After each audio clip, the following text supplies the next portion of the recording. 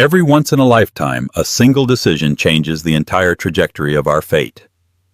On a chilly, windswept evening in Manhattan, billionaire venture capitalist Joshua Henderson made a choice that tore his world apart. He picked his glamorous mistress Vanessa over Kate, his devoted and pregnant wife. Blinded by infatuation and lured by the promise of excitement, Joshua never anticipated the consequences that would unravel like a fiery storm around him. When he finally comes face to face with a heart-wrenching ultrasound, the depth of his betrayal punches him harder than any boardroom brawl ever could. His next move, it might just shatter everything he holds dear. Joshua Henderson was born into privilege. The child of real estate mogul Edward Henderson and society philanthropist Cynthia Walcott. Henderson, Joshua's path was always marked by silver spoons and gold-plated opportunities. As a young boy, he'd toddle across the polished parquet floors of his parents' Fifth Avenue penthouse, never questioning the abundance around him. Nannies, tutors, and bodyguards formed a protective cocoon. By the time he was 16, Joshua had glimpsed the glitz of international parties. The Henderson name carried weight in boardrooms from Manhattan to London, ensuring that Joshua's future seemed all but guaranteed. Kate Hamilton, on the other hand, lived a contrasting childhood in Staten Island. She was the youngest of 3 sisters in a tight-knit working-class family. Money was scarce, but love was abundant. Kate spent her teenage years juggling multiple part-time jobs, babysitting, waiting tables, and volunteering at her local church. She was no trust fund baby, but she possessed a stubborn determination and a heart fueled by kindness. Eventually, fate brought them both to Columbia University. Joshua was a junior at the business school, enamored with hedge funds and venture capital. Kate, a freshman studying international relations, was there on a partial scholarship, paying for the rest by working in the campus library. Their collision on a rainy day in the bustling library corridor was less romantic than comedic. Joshua, arms full of textbooks and Starbucks coffee, crashed into Kate, who was lugging a box of archived manuscripts. He spilled coffee, she dropped books, and in the middle of the chaos, their eyes locked. For one heart-stopping moment, Kate saw beyond Joshua's crisp designer suit to the warm vulnerability underneath. Joshua saw an industrious, sweet young woman who treated him like any other flawed human being rather than the heir to the Henderson empire. Their whirlwind romance was unexpected. Their social circles barely overlapped, but the chemistry was immediate. Night after night, they would stroll by the Hudson River dreaming about changing the world. He'd confide his ambition to revolutionize finance, and she'd whisper about working for the United Nations or an international NGO. For the first time in his life, Joshua tasted authenticity, free from the weight of familial expectations. They married young, too young, some would say. Joshua was 24, fresh out of Columbia's MBA program, armed with his father's connections and a burning desire to forge his own path. Kate was just 22, about to enter a master's program in nonprofit management. Their wedding was a curious mix of extravagance and down-to-earth sincerity. A lavish affair at the Plaza Hotel, attended by New York's elite, but also peppered with Kate's extended relatives from Staten Island, who danced and joked with no regard for the usual stiff social protocols. That day, Kate wore a vintage lace gown that once belonged to her grandmother, and Joshua wore custom-tailored Armani. The press snapped pictures of them exchanging vows under an arch of white roses and lilies. In every shot, Joshua's eyes never left Kate's face, as though she were his entire world. Standing in the front row, Edward Henderson, tall and imposing in his black tuxedo, wore a half-smile. Whether he fully approved of Kate or not was unclear. All that mattered was that Joshua was resolute in his choice. For a short while, they were the golden couple featured in society columns, admired by old money families who commended Joshua's devotion to philanthropic causes, influenced by Kate, no doubt. Kate's gentle heart guided their charitable initiatives, and Joshua's financial acumen helped them grow a significant endowment to fund youth education programs. Behind the scenes, though, Joshua felt the tug of a relentless ambition. He was determined to stand on his own, away from his father's shadow. He built a small venture capital firm, Henderson Capital, and poured every ounce of energy into it. He courted promising startup sealed deals in smoky VIP lounges and traveled around the globe to meet with fellow investors. All the while, Kate supported him wholeheartedly, even though she was often left waiting at home with takeout dinners and messages that went unanswered for hours. After nearly 7 years of marriage, cracks in the pristine facade began to show. The finances soared. Yes, Henderson Capital turned into a hotshot firm known for backing successful tech companies, but the cost was measured in romantic dinners, missed anniversaries spent apart, and an ever-widening chasm between them. Kate remained faithful, always trying to carve out time from her demanding role at a nonprofit focusing on refugee support. She'd pen him heartfelt notes, slip them into his laptop bag. She tried surprising him at the office with homemade cookies. For a time, Joshua appreciated these gestures, but slowly the novelty wore thin. It was around this time that Vanessa Montero entered the scene. Vanessa was a striking Venezuelan-American socialite known for her ambition. She had a reputation for pursuing the powerful. Rumor had it she'd been involved with a high-ranking hedge fund manager before she set her sights on Joshua Henderson. Vanessa first approached Joshua at a charity gala hosted by the Bianchi Foundation. Sarah Bianchi, a friend of Kate's, had extended an invitation to the event, which focused on raising funds for girls' education in rural areas. Kate was busy that night. She had an event at her nonprofit. With Kate absent, Joshua attended alone, swirling champagne in his glass, bored by the never-ending small talk. Then Vanessa waltzed in wearing a sleek red gown that showcased every curve. With smoky eyes and a practiced smile, she slid beside him. "Joshua Henderson," she purred. "I've heard of you." Their conversation was mostly superficial, at first stock market chatter, philanthropic pet projects, braggadocio about exotic travel. But there was something in Vanessa's eyes, an unquenchable hunger that Joshua found both alluring and dangerous. She laughed at his jokes, twirled her hair flirtatiously. That night, Joshua drove home feeling a strange mixture of guilt and elation. He told himself it was innocent, just conversation. Still, he couldn't erase the image of Vanessa's gaze lingering on him. Weeks rolled by, and Joshua discovered that Vanessa had managed to weave herself into the social circuit he frequented. She appeared at networking events he'd attend for Henderson Capital. She texted him out of the blue, claiming to have urgent philanthropic ideas to discuss. At first, Joshua brushed it off, but each time he saw her, something in him responded. Perhaps it was the intense ambition that mirrored his own. Perhaps it was her physical charm. Perhaps he just felt lonely. Kate, meanwhile, was battling morning sickness. She had just discovered she was pregnant after 6 years of trying. The news initially brought them both to tears of happiness. Kate had been longing for motherhood, and Joshua had told her he was ready to be a father. But as Kate's pregnancy progressed, complications emerged. She had days of severe nausea, weakness, and the constant stress of her job wore her down. She hoped Joshua would slow his breakneck schedule to be with her through the tough days, but his time was swallowed by board meetings, flights to Silicon Valley, and unbeknownst to Kate, an ever-growing desire for Vanessa. Vanessa, calculating and manipulative, played her part expertly. She bombarded Joshua with texts praising his brilliance, occasionally dropping hints that she was lonely. One evening, she invited him to a swanky new lounge called The Lucent, claiming she wanted financial advice. Joshua, though aware of the slippery slope, found himself unable to refuse. The lounge was dimly lit, all polished mirrors and velvet upholstery. As soon as Joshua arrived, Vanessa slid up next to him, placing a hand on his thigh.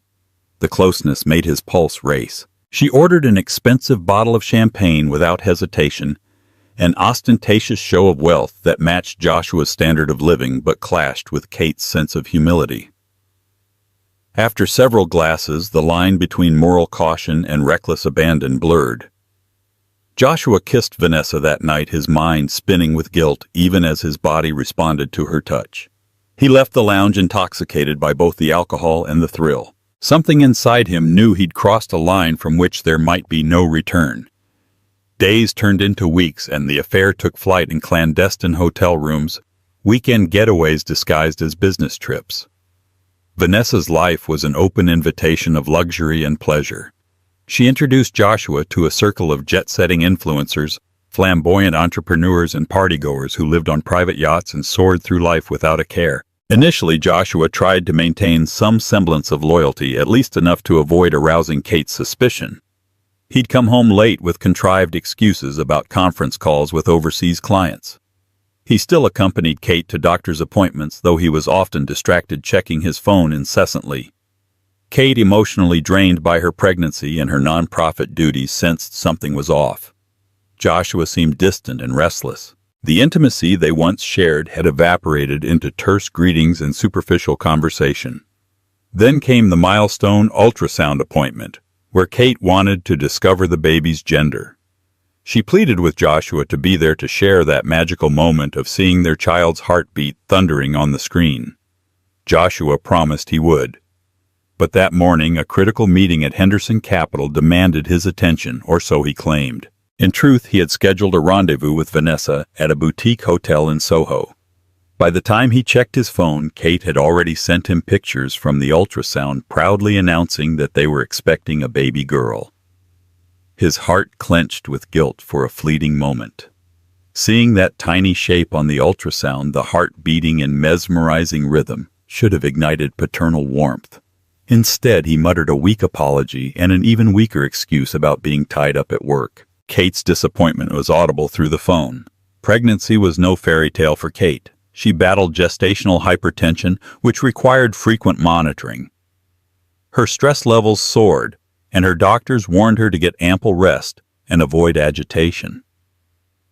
But how could she remain calm when Joshua's affection seemed to be drifting away? Kate confided in her best friend Sarah Bianchi, who had known them both for years. Concerned, Sarah didn't hide her suspicion that Joshua might be seeing another woman. She had witnessed Joshua's mannerisms shift whenever Vanessa's name was mentioned in social circles. Kate, her eyes brimming with tears, confronted Joshua one night as he stumbled in past midnight. "Joshua," she whispered, "I'm struggling here. I can't do this alone. I feel like I'm losing you and I don't even know why." He pulled away, refusing to look her in the eyes. "It's work, Kate," he lied. "Henderson Capital is at a crucial juncture. We're finalizing deals that could define our future. I'm exhausted." She reached out to touch his face. For a second he let her, but then he turned away. "I love you," she said, voice trembling. "I just wish you'd be here for me, for our baby." He said nothing, only offered an absent-minded nod before retreating to the guest bedroom. Despite her attempts to trust Joshua, Kate's gut feeling grew stronger. One day she discovered a receipt in Joshua's suit jacket for a lavish restaurant she'd never heard of. The date on the bill matched a night he supposedly had a late meeting at the office. The meal, including a bottle of Dom Perignon, was obviously for two. The confrontation was inevitable. "That's not a work dinner receipt." Kate said, her hand shaking as she held up the evidence. "Are you going to tell me who you were with?" Joshua froze. For a moment he was lost for words. He almost came clean, confessing that it was Vanessa. But then he hardened, rationalizing he had no choice but to lie. "Clients," he said with a shrug.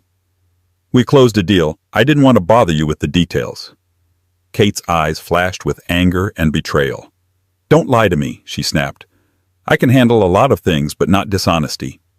Look at me, Joshua. I'm pregnant with your child and you're out there."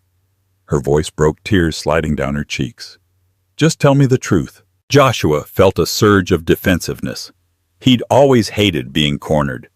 Instead of comforting his distraught wife, he stormed out, muttering something about not being able to handle her accusations. The front door slammed behind him, leaving Kate trembling in the hallway, shock and heartbreak mingling in her eyes. The next few weeks turned into a painful blur. Joshua's visits to the marital home grew rarer. He spent more time at Vanessa's penthouse, a luxurious place with panoramic city views and designer furniture. Vanessa reveled in the victory of having won Joshua's attention. She fueled his anger toward Kate, positioning herself as the exciting alternative to a wife who was, in Vanessa's words, always nagging. Kate kept calling and texting him. At first he answered half-heartedly, then, fueled by Vanessa's coaxing, he barely replied at all. Kate, feeling desperate, reached out to Edward Henderson, hoping a father's counsel might reel Joshua back. Edward listened quietly but maintained a neutral stance. He believed his son was a grown man who had to make his own decisions, however disastrous they might be. Meanwhile, Kate's health wavered. Stress triggered spikes in her blood pressure. Her OB/GYN, Dr. Morgan Collins, noticed alarming signs. During a routine checkup, Dr. Collins insisted she take immediate steps to reduce her stress and get more rest. "Your baby's well-being is tied to yours," Dr. Collins emphasized. "Stay calm. Avoid any emotional turmoil if you can." But how could Kate remain serene when the love of her life was drifting away, possibly lost to another woman? And then, on a stormy evening, Joshua made the choice that sealed his fate, or so it seemed. While Kate was home alone coping with a sudden dizzy spell, Joshua texted her, "I'm not coming back. Don't wait for me." That was it. No explanation, no apology. He relocated permanently to Vanessa's lavish residence. Living with Vanessa was at first exhilarating. She was spontaneous, hosting late-night soirees, introducing Joshua to extravagant new circles. They traveled to Miami Beach for weekend getaways, partied with celebrities, and discussed potential business ventures that might double Joshua's fortune. Yet underneath the surface there was a growing emptiness. Joshua's moments of introspection were haunted by Kate's tearful face and the unborn child he'd abandoned. Sometimes he'd scroll through old photos on his phone, Kate laughing, the two of them at charity functions, baby announcements. Guilt weighed on him, but he suppressed it with another round of champagne or a passionate night with Vanessa. One evening while scrolling through social media, Joshua saw a post from Kate's sister. It was an ultrasound image of Kate's unborn baby, apparently taken at a recent appointment. The caption read, "Baby Henderson at 24 weeks. Our miracle is growing strong." His heart panged. He remembered that the 24-week mark was a big milestone. The baby would be able to hear sounds, possibly sense Kate's moods. The child he once dreamed about was getting closer to birth with each passing day. Joshua showed the post to Vanessa, who wrinkled her nose. "Why are you torturing yourself looking at that?" she asked. "It's over. You made your choice. You can't keep looking back." But a part of Joshua wasn't ready to let go, even though he couldn't admit it to Vanessa or to himself. While Joshua played house with Vanessa, Kate channeled her heartbreak into preparing for the baby. She moved back to her parents' home in Staten Island, deciding she needed the emotional support. She left her job temporarily on doctor's advice to focus on her health and manage her anxiety. Her sister Emily and her brother-in-law Greg Thompson stepped in to help in every way possible. Greg took care of odd jobs around the house, while Emily went with Kate to prenatal classes, birthing workshops, and pediatrician visits. Sarah Bianchi, ever loyal, arranged a modest baby shower, inviting Kate's closest friends and family. Though overshadowed by the absence of the baby's father, the event was a testament to how deeply Kate was loved by her community. Despite her attempts to stay strong, Kate wept quietly at night. She felt betrayed, humiliated, and alone. Yet she clung to the hope that once the baby arrived, Joshua might remember the vows they exchanged all those years ago. At Henderson Capital, business was booming. Two of Joshua's investments had recently gone public and the company's valuations soared. Joshua's father, Edward, even began to show grudging respect for his son's achievements. Meanwhile, Vanessa prodded Joshua to expand further. She wanted them to launch a side enterprise together, perhaps a lifestyle brand or a new line of luxury hotels. But Joshua hesitated. His main focus was Henderson Capital. And deep in his psyche, though unspoken, was an unresolved knot of guilt. He found himself secretly reaching out to mutual friends asking how Kate was doing.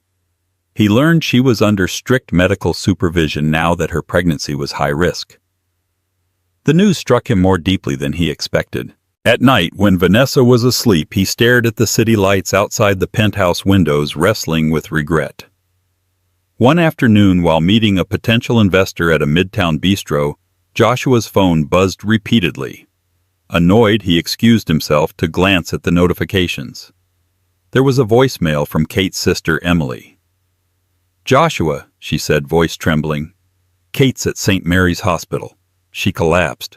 Doctors say it's preeclampsia. They're stabilizing her, but we need you here." His chest constricted. Fear replaced all other emotions. Without a word, he bolted from the lunch meeting, leaving a flustered investor behind. Joshua sped through Manhattan traffic, ignoring red lights and honking horns. By the time he reached the hospital, he was breathless. He found Emily standing in the hallway, face tear-streaked. "She's in there," Emily whispered, pointing to a room where medical personnel buzzed around. "The doctors say they might have to deliver the baby early. It's risky for both of them." Terror gripped Joshua. He peered through the glass panel of the room and saw Kate lying on a hospital bed, pale with an oxygen mask, IVs taped to her arm. Machines beeped ominously, measuring her vitals. He stepped inside, feeling the weight of guilt pressing down on him. Kate's eyes flickered open.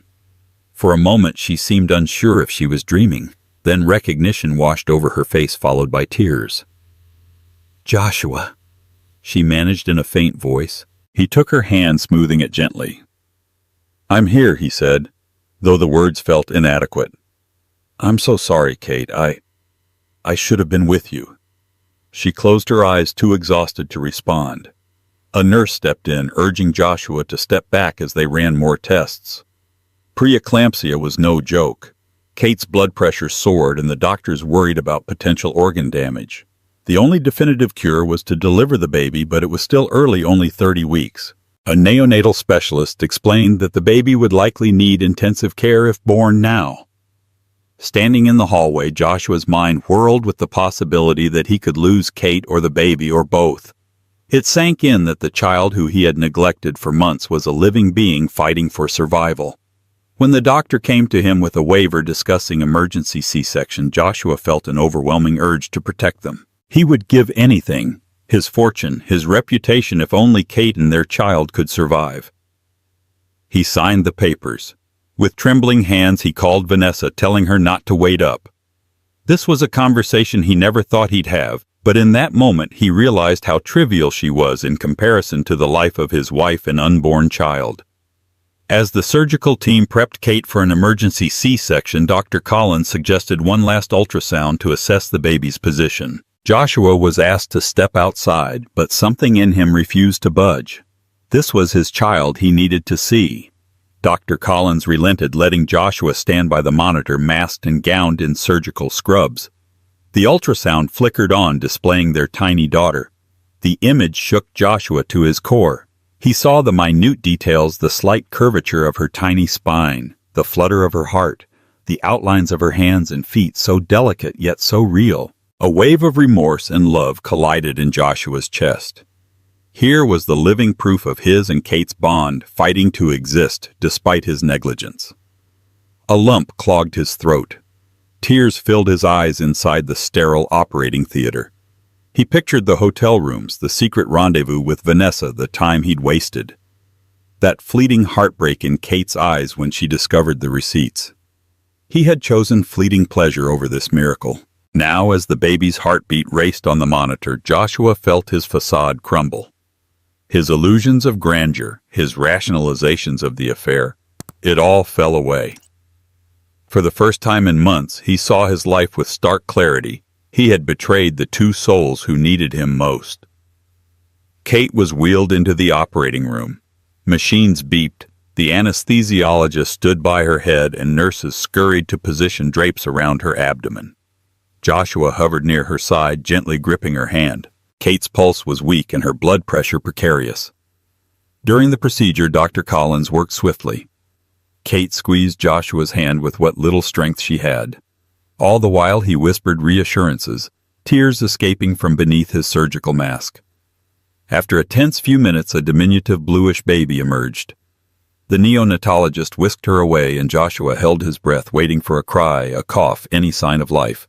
At last, a thin, wobbly cry filled the operating room. Joshua's heart soared. The baby, his daughter, was alive, yet she was tiny, requiring immediate transfer to the neonatal intensive care unit. Kate's eyes flickered open as they lifted the baby. Through the haze of anesthesia, she asked, "Is she okay?" Joshua pressed his forehead to hers. "Yes," he choked. "She's perfect. She's alive." But the ordeal wasn't over. Kate had lost significant blood and her vital signs were still unsteady. Over the next few hours, doctors battled to stabilize her. Joshua sat in the hospital hallway, head in his hands, praying to any higher power that might listen. By daybreak, the hospital had calmed somewhat. Kate was in the intensive care ward recovering. Their baby, named Anna Henderson, was nestled in an incubator in the NICU, hooked up to tubes and monitors. When Joshua was finally allowed to see her, he placed a shaky hand on the incubator's glass. The infant was so fragile, her arms and legs no thicker than his thumbs yet. She seemed to cling to life with a fierce tenacity. Emotions flooded Joshua: awe, guilt, love, fear. In that moment, Vanessa's face, with all her allure and calculated smiles, seemed a distant, hollow memory. Anna was his priority now, along with the woman who had carried this child for 30 agonizing weeks, nearly at the cost of her own life. Word traveled quickly. The Henderson baby had arrived prematurely. Edward Henderson rushed to the hospital, offering financial backing for the best neonatologists and specialized care. Kate's family remained at her bedside around the clock, relieved she had survived the emergency, but still apprehensive about her recovery. Vanessa attempted to contact Joshua multiple times. At first, he ignored her calls.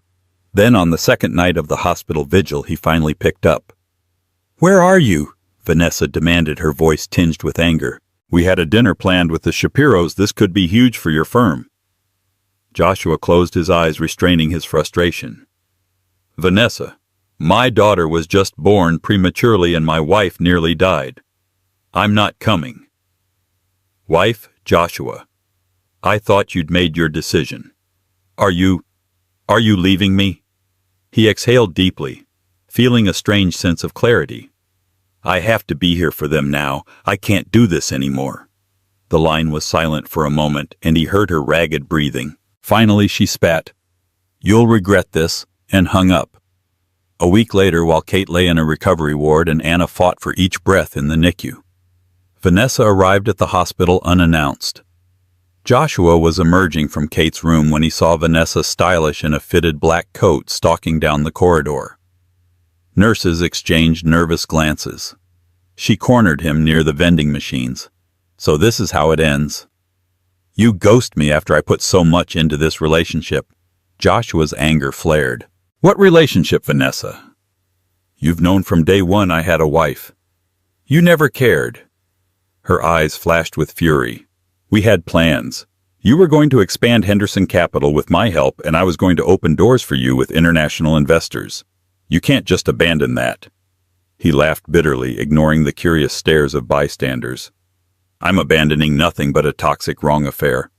My daughter is fighting for her life. My wife is recovering from nearly dying. You think I should care about your networking dinners?" Vanessa's face twisted. She opened her mouth to deliver a scathing comeback but couldn't find the words. Instead, she slapped him across the cheek, a sharp crack that echoed in the sterile hallway. Joshua didn't react, only stared at her with grim resolve. Vanessa stalked off her high heels, clicking aggressively, leaving behind the faint scent of expensive perfume. Once Vanessa left, Joshua returned to Kate's room, heart pounding. Kate looked frail but awake, her hair plastered to her forehead. She observed him silently. He stood by her bed, unsure if he had the right to take her hand. "Kate," he began, voice trembling, "I'm sorry for everything." She turned her face away, tears slipping down her cheeks. "Don't say it unless you mean it," she whispered. He gently touched her hand, relieved she didn't pull away. "I mean it. I'm a fool. I got caught up in something that never should have happened. I can't take back what I've done, but I swear I will do everything in my power to make it right. If you can ever forgive me." She closed her eyes, emotional fatigue etched into her face. "I'm so tired, Joshua. So tired of fighting for us alone." The weight of her words crushed him. He bowed his head in shame. For the next 2 weeks, Joshua remained at the hospital, barely leaving except for quick showers and changes of clothes. He was there to support Kate through her physical therapy sessions and to accompany her during the cautious visits to the NICU where they'd watch Anna still hooked to machines but growing stronger day by day. Kate's resentment didn't vanish overnight. She cried often sometimes, yelling at Joshua in whispered fury over his betrayal. Other times she stared at him with a sadness so deep it took his breath away. He bore it all, never once deflecting blame. During this turbulent time, Henderson Capital demanded attention. Edward Henderson gathered the firm's board members concerned that Joshua's personal scandal might harm the company's reputation. Many had heard rumors, some from Vanessa herself, about Joshua's disappearance and the fiasco at the hospital. In a tense board meeting, Edward confronted Joshua in front of the others. "Joshua, your personal life is affecting the firm. Shareholders worry about your ability to lead. What's your plan?" Joshua inhaled, ready for a fight. But when he spoke, his voice was measured. "My plan is to remain fully committed to Henderson Capital, but only after I ensure my wife and daughter are stable. I've placed a capable interim CEO, Greg Thompson, to handle day-to-day operations. Greg is family by marriage, your brother-in-law." One board member interjected skeptically. "Yes," Joshua replied, "but he's also an Ivy League graduate with substantial experience in finance. He's proven himself competent. I have full confidence in him." Edward studied his son. "And your personal issues?" Joshua didn't flinch. "Being with my wife and daughter right now is non-negotiable. Anyone with a problem can tender their resignation or ask for mine." Silence filled the conference room. Edward gave a curt nod. "Understood," he said. "We'll monitor the situation. I hope you know what you're doing, son." Recovery was painfully slow. Kate, emotionally worn, contemplated whether she could ever trust Joshua again. Some days she couldn't bear to look at him without remembering the betrayal. Other days she felt a flicker of the old warmth they once shared, especially when she saw him tenderly cradling their fragile infant girl in the NICU. A therapist, Dr. Thomas Caldwell, suggested marital counseling. Though hesitant at first, Kate agreed, seeing it as a last resort. Their sessions were raw. Joshua confessed the emptiness he felt chasing success, the misplaced thrill of Vanessa's attention, and the guilt that gnawed at him every waking minute. Kate poured out her hurt, describing the loneliness of her pregnancy, her shattered dreams of a perfect family. Dr. Caldwell pushed them to delve deeper, to revisit the vows they made nearly 8 years ago. "Marriage can survive an affair," he said, "but it requires brutal honesty, repentance, and a willingness to rebuild trust from the ground up." Sometimes the sessions ended in tears, other times in silent reflection. But slowly, glacially, a fragile path toward reconciliation emerged. Vanessa wasn't finished. Spurned and humiliated, she unleashed rumors among New York's elite, painting Joshua as a traitor who used her for business gains. She threatened lawsuits, claiming verbal agreements for co-founded ventures. She even approached tabloids, offering scandalous tidbits for a price. Joshua braced himself for the fallout. He hired a PR specialist to contain the damage. Meanwhile, Henderson Capital faced a swirl of public gossip, though many recognized it as Vanessa's vindictiveness. A hush-hush settlement was negotiated. Vanessa walked away with a sizable sum to keep her stories out of the press. Bitter and scorned, she dropped from the social scene temporarily, but some suspected she'd resurface soon enough with another wealthy target in her sights. In the NICU, Anna's progress was measured in baby steps. She gained weight slowly, inching from 1 pound 14 ounces to 2 pounds, then 3. Each ounce gained felt like a triumph. Joshua and Kate spent hours at her bedside, speaking softly, singing lullabies, reading children's books. Research showed that the sound of a parent's voice could improve an infant's medical outcomes. One day, Dr. Collins delivered good news. Anna was improving enough to try bottle feeding. Kate's eyes sparkled with cautious optimism. She held the tiny bottle to Anna's lips, tears sliding down her cheeks as the baby sucked weakly, still learning the most basic reflexes that full-term newborns perform with ease. Joshua stood behind Kate, hands on her shoulders, whispering words of encouragement to both mother and child. For the first time in months, Kate leaned her head back against Joshua's chest. "She's a fighter," Kate said, voice trembling. She's so strong despite everything. Joshua pressed his lips gently against her hair, too choked up to speak. He realized that for all his wealth, none of it compared to this tiny being in his arms. After nearly 2 months in the NICU, Anna reached a milestone of 5 pounds. Doctors began discussing the possibility of sending her home if her breathing and feeding improved. Kate, who had recovered significantly, felt a renewed sense of purpose, though the emotional scars remained. Joshua did everything in his power to show Kate he was sincere about repairing the marriage. He dropped all outside engagements, delegated most of his workload to Greg, and attended every neonatal appointment. He even accompanied Kate to postpartum counseling sessions, learning how to support her through anxiety, potential depression, and the leftover strain from the betrayal. One sunny afternoon, the hospital finally cleared Anna for discharge. Joshua and Kate arrived with an infant car seat sanitized and triple-checked. Nurses fussed over Anna, kissing her goodbye, praising her resilience. Dr. Collins gave final instructions.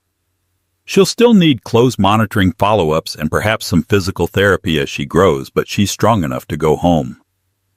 Holding Anna in her arms, Kate glowed with maternal love. Joshua gently touched the baby's forehead, amazement radiating across his features. A new chapter had begun, one filled with daunting challenges, but also a chance at redemption. Returning to the penthouse they had once shared, Kate hesitated at the threshold. Every room reminded her of the life they'd built and how easily it was almost destroyed. Sensing her reluctance, Joshua proposed they stay in Staten Island for a while, closer to her family, away from the city's frenzy. Kate agreed. They moved into her parents' spare room, converting it into a makeshift nursery for Anna. Edward Henderson was none too pleased. His granddaughter was living outside Manhattan, but he respected Kate's decision, especially after witnessing how close her family was during the crisis. In the following weeks, Joshua often woke up for late-night feedings, rocking Anna while she whimpered. He learned to change diapers, warm bottles, and soothe her with lullabies. Once at 3 a.m, Kate found him singing "You Are My Sunshine" while gently pacing the room. The sight brought tears to her eyes. Perhaps this was the man she fell in love with finally returning to the surface. Despite these tender moments, Kate struggled with flashes of anger and betrayal. In therapy, she expressed her pain. "I keep seeing him with her in my mind's eye. I imagined them together while I was carrying our child. How do I get past that, doctor?" Caldwell guided them through exercises in forgiveness, but he stressed that forgiveness was an ongoing process, not a single event. He suggested that Joshua write a thorough, detailed apology letter to Kate, describing not just regret, but also his understanding of the pain he caused. After a sleepless night, Joshua handed Kate a handwritten letter pages long. He confessed his selfishness, his stupidity, the hollowness that made him vulnerable to Vanessa's charms. He pledged to rebuild her trust day by day, acknowledging she had every right to keep her guard up. Kate read the letter in silence, tears smudging the ink. She didn't speak for a long time. Then she took Joshua's hand. "It will take time," she whispered, "but I want us to try." As days turned into weeks, Anna grew stronger, and the rhythm of life in Staten Island settled into something resembling peace. Kate and Joshua ventured out on cautious walks around the neighborhood, pushing Anna in a stroller bundled in pastel blankets. Neighbors waved. The soft clink of wind chimes mixed with birdsong felt like a world apart from the chaos they'd just endured. Their interactions, once strained and edged with unspoken resentment, began to soften. Laughter returned, first in hesitant trickles, then in spontaneous bursts. Kate still guarded her heart, but she couldn't deny the comfort in Joshua's presence as he changed diapers without complaint, sang lullabies in a low hum, and carried Anna around the room just to lull her to sleep. One evening, after a quiet dinner of homemade lasagna and salad around her parents' kitchen table, Joshua stood and cleared his throat. His hands trembled as he clutched a small box. "I'd like to say something," he began, his voice raw, "to Kate, and to all of you who stood by her and by me even when I didn't deserve it." Kate looked up from nursing Anna, surprised. "I know I've done the unforgivable.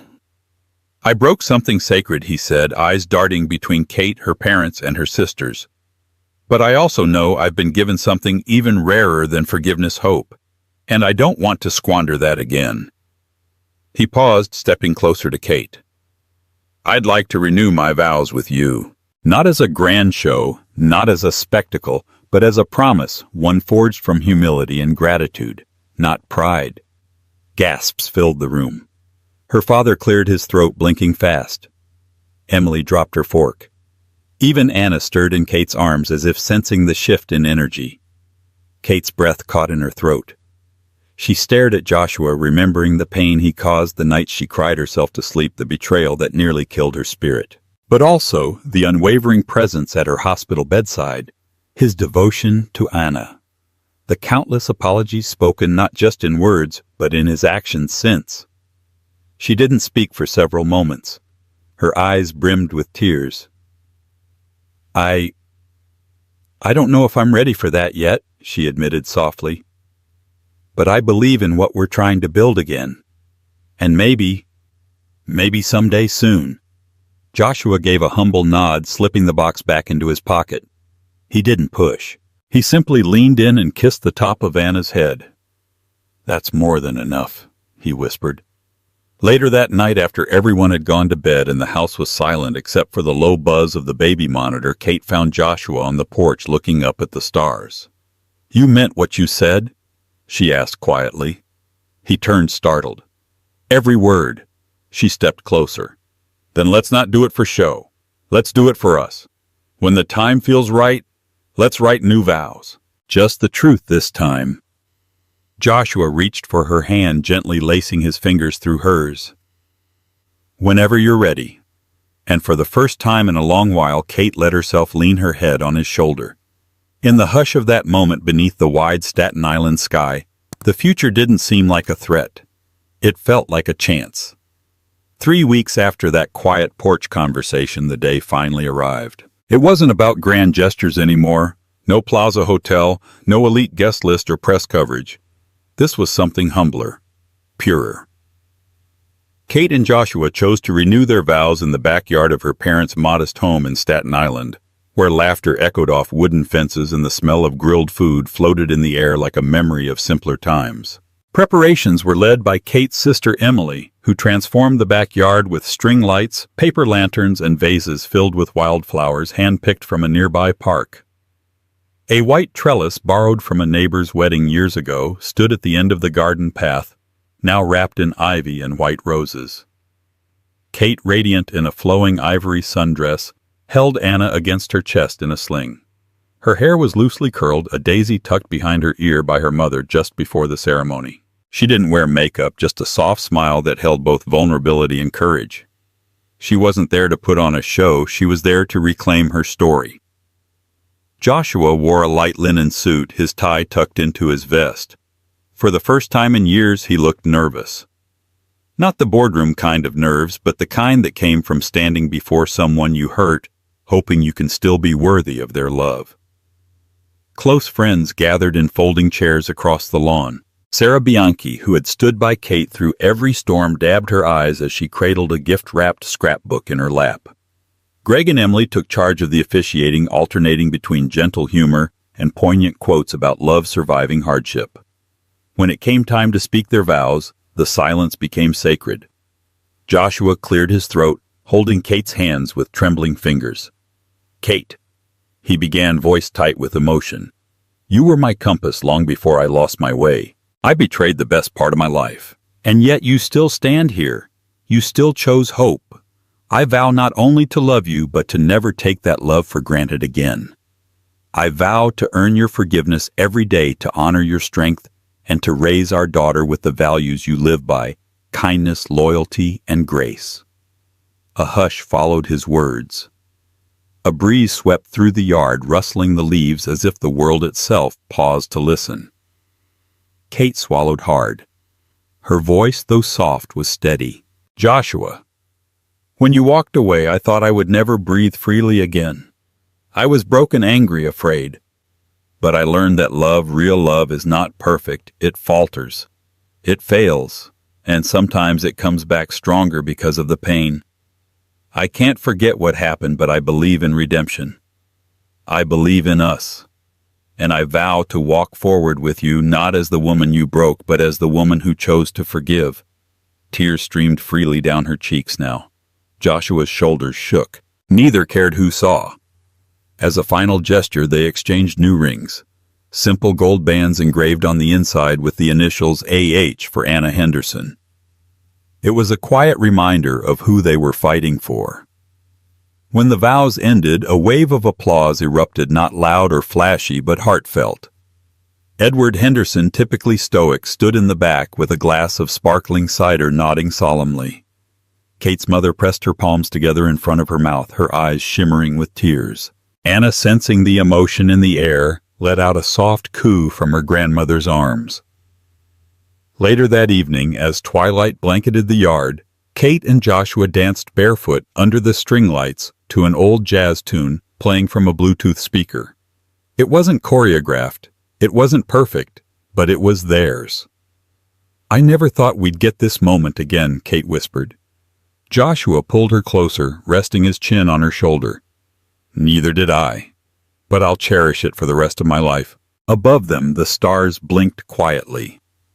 Below, amidst candlelit tables and half-eaten cake, two broken hearts began to beat in unison again, not because they forgot the past, but because they dared to imagine a future beyond it. Time forged on. Henderson Capital stabilized under Greg's leadership, and once Anna was healthier, Joshua returned part-time, ensuring he balanced fatherhood with corporate responsibilities. He instituted new philanthropic programs driven by Kate's passion, funneling a portion of the firm's profits into maternal health and neonatal care causes. Joshua sold the penthouse he had once occupied with Vanessa and purchased a modest townhouse in a family-friendly neighborhood near Staten Island. He and Kate took weekend trips to the park, introduced Anna to children's playgroups, and rediscovered the joy of simple, shared experiences. Their marriage wasn't a fairy tale. They argued sometimes painfully when ghosts of the affair resurfaced. Kate had nightmares where she imagined him slipping away again, and Joshua had to demonstrate over and over that he was in it for the long haul. Gradually, trust began to sprout anew like a seed pushing through hardened soil. Vanessa vanished from their immediate circle, rumored to be abroad chasing her next opportunity. Sometimes tabloids mentioned her alleged romances with foreign billionaires, but Joshua paid no attention. The only woman who mattered was Kate. The only child was Anna. Everything else was background noise. In quiet moments when Kate watched Joshua read a bedtime story to Anna, she felt a bittersweet pang. The man she loved had once shattered her, but he was also part of this beautiful gift, her daughter. In time, forgiveness intertwined with gratitude. Their journey was far from perfect, but it was real, grounded in the raw truth of a lesson. Hard-learned love is worth fighting for, but it demands honesty, loyalty, and the willingness to rebuild brick by painstaking brick after mistakes threaten to tear everything down. Thank you for accompanying us on this emotional journey of betrayal, heartbreak, and redemption. What began as a devastating story of a millionaire's infidelity transformed into a testament of a love that refused to give up. Despite the hurt Joshua inflicted, Kate found the strength to protect her child and begin healing, and Joshua discovered that true wealth isn't measured by bank accounts or boardroom deals, but by family compassion and unwavering commitment. In the end, it was a single ultrasound, a fragile heartbeat that awakened him to the precious life he nearly lost. Their story is a reminder that even in our darkest moments, the seeds of hope can still bloom. And that wraps up today's story. Now we want to hear from you. Where are you watching from? Drop your city or country in the comments, and let's see how far these stories reach. If this story moved you or gave you chills, give it a like, share, and subscribe for more powerful stories. One last thing, rate the story from 1 to 10 in the comments. Your feedback helps us bring you even better ones next time. Thanks for watching. We appreciate you being part of this storytelling journey.